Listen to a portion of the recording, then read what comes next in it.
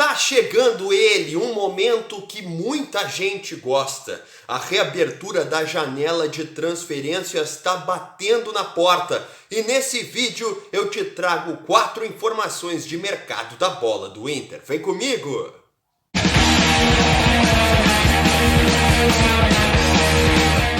Fala aí, meu povo, e aí, tudo bem? Marinho Saldanha por aqui para mais um vídeo do canal. O assunto é mercado da bola, porque a janela de transferências está batendo na porta. Ela reabre em julho e o Internacional já está se movimentando para muitas coisas. São 4 informações, 4 tópicos sobre mercado da bola que estão acontecendo nesses últimos dias. Eu te conto tudo isso depois que você se inscrever aqui no canal, deixar o seu like, o seu comentário, ativar o sininho de notificações para não perder os próximos vídeos e, acima de tudo, compartilhar este conteúdo com todos os seus amigos. A gente tem produzido conteúdo exclusivo do Internacional ao longo de quase todos os dias e a ideia é seguir aqui com informações, opiniões e análises do nosso Colorado. Vamos falar então sobre esses 4 assuntos de mercado da bola, começando por Alexandre Pato.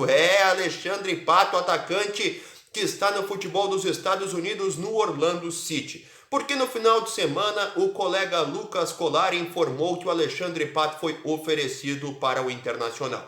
Eu entrei em contato com o staff do Alexandre Pato que disse que não foram eles que ofereceram o Pato ao Inter, e caso o Inter queira essa negociação, deve procurar o Orlando City. Isso não quer dizer que a informação do Colari está errada. Presta atenção. Muitas vezes no mercado da bola, acontece de outros empresários oferecerem os jogadores que não são deles. Caso o clube demonstre interesse, esse empresário procura o staff do jogador e procura o clube detentor dos direitos. Assim ele vira um intermediário. Isso acontece muito e é o que deve ter acontecido com o Alexandre Pato também.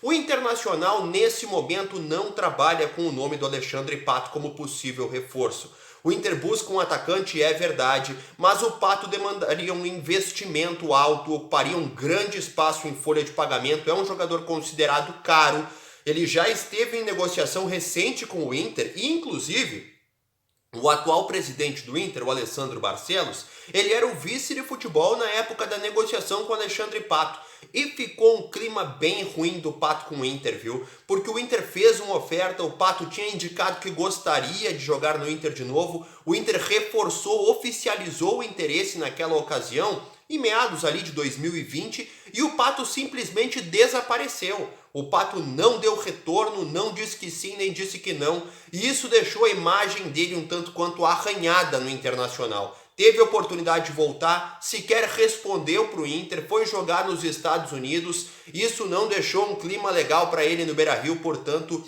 o Inter não trabalha com o nome dele nesse momento.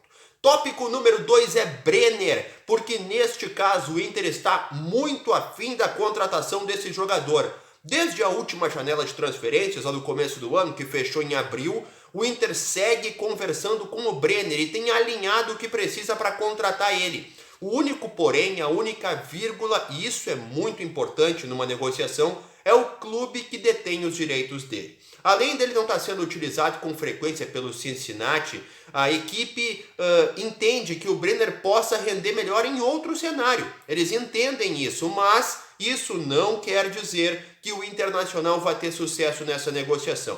Precisa de um investimento financeiro. Se for para um empréstimo, o Inter precisa pagar pelo empréstimo. Ou ainda efetuar a compra dos direitos do Brenner, que demandaria um gasto. E você sabe muito bem, como eu sei, como todo mundo sabe, que a condição financeira do Inter não é nada boa. Inclusive, no começo do mês, o Inter estava com 3 meses de direitos de imagem atrasados, os jogadores até fizeram uma greve para receber os seus salários. Salários não, direitos de imagem, mas entenda, né? É uma forma de dizer, uma força de expressão.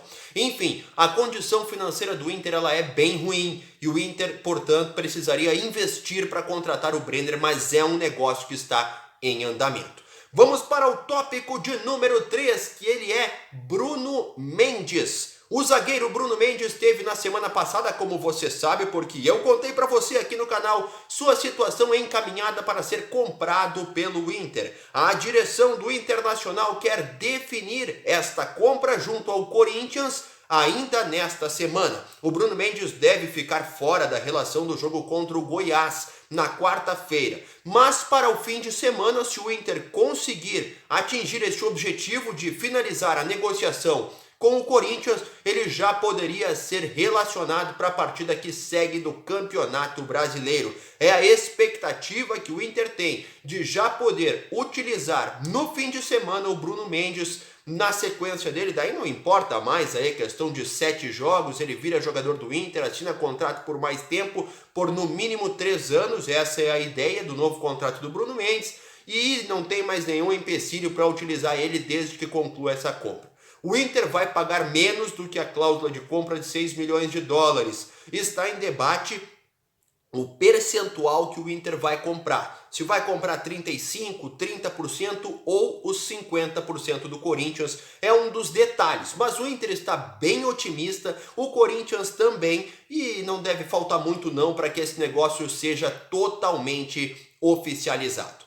Para fechar sobre o mercado da bola do Inter, eu quero falar sobre o Vitão. Porque o zagueiro Vitão tem uma situação instável, incerta no Internacional. E ele está sendo titular e muito importante com o Mano Menezes. Mas, como o governo da Ucrânia informou, o campeonato ucraniano deve ser retomado em agosto, ainda que a guerra com a Rússia siga acontecendo. Independente disso, a Federação de Futebol da Ucrânia e o governo da Ucrânia, eles querem retomar o campeonato ucraniano de futebol. Sendo assim, o Vitão não tem o contrato com o Inter de empréstimo junto ao Shakhtar, ele renovado automaticamente. O jogador precisaria ter uma nova negociação para permanecer ou mesmo voltar para a Ucrânia. Eu entrei em contato com o staff do Vitão. O que eles me passaram foi o seguinte, que eles ainda não foram procurados pelo Shakhtar com uma indicação de futuro do jogador.